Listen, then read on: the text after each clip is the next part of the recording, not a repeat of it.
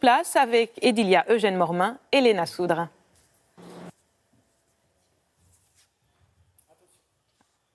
Ah, un petit souci. Nous allons retrouver le sujet un petit peu plus tard. Nouvel épisode dans le feuilleton Benalla. Selon le vidéaste amateur, ces nouvelles images auraient été tournées à 16h52 précisément au Jardin des Plantes le 1er mai dernier, 3 heures avant les incidents de la place de la Contrescarpe. Au milieu des CRS, 2 hommes. Celui de gauche ressemble fort à Alexandre Benalla, même corpulence et une capuche grise. Sur les images de la place de la Contrescarpe, Alexandre Benalla portait une capuche similaire.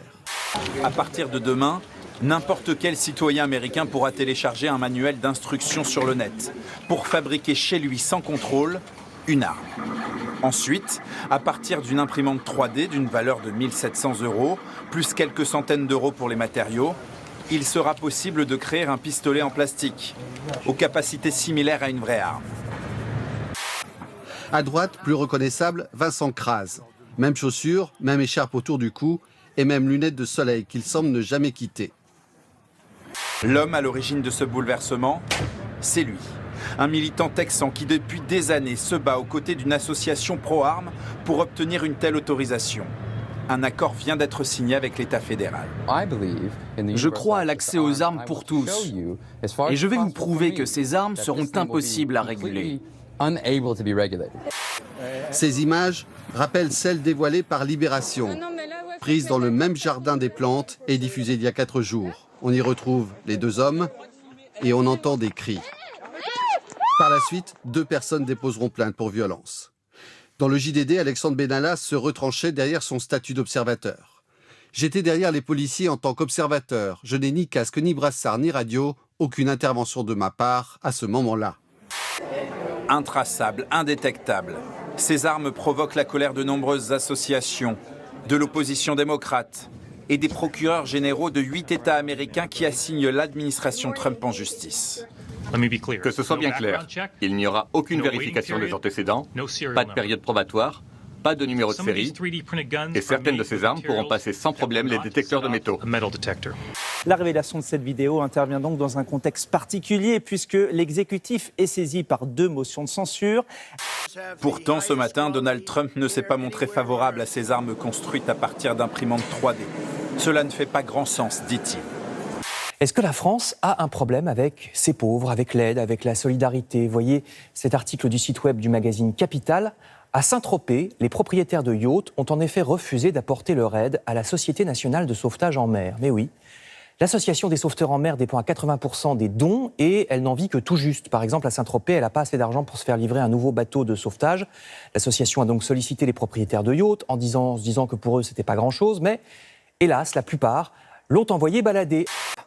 Parlant de perfection, j'aime bien ton t-shirt, Erin. C'est toi, c'est tout toi, quoi, parfait et modeste. Ouais. Moi, j'avais un t-shirt aussi marqué grand et intelligent. J'ai arrêté de le mettre. Hein, Ariel? Oui, il valait mieux. Pourquoi? Oui, j'ai rien dit. Hein. Non, parce que vous n'êtes pas très grand. Nous sommes le port français avec le plus de milliardaires, explique le président de l'antenne locale des sauveteurs en mer. Et un seul yacht, loin d'être le plus gros, je cite, a accepté de donner. Tous les autres ont refusé. Le président de la SNSM de Saint-Tropez précise que pourtant les propriétaires de yachts sont aidés comme tout le monde par les sauveteurs. Il cite un bébé de 8 mois, un homme victime d'un accident de plongée, etc. Parmi les riches passagers auxquels les sauveteurs ont récemment porté assistance, parfois sans même un remerciement, dit-il. Moi, ça fait 40 ans que je travaille à l'assistance publique. Il y a des années en arrière, on disait, tu as vu, il y en a un qui a parlé mal encore, hein, quand même. Maintenant, on dit, oh, il y en a un qui a été sympa, qui a bien parlé. Hein. Le monde à l'envers. C'est l'exception. Voilà. Il y a plus de pas gentils que des gentils.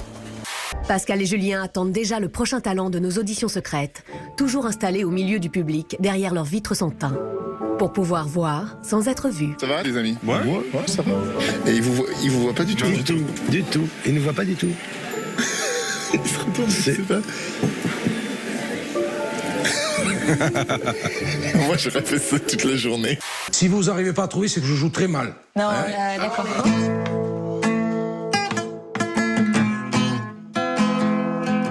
Ah oui, en effet, ça va pas être simple, hein.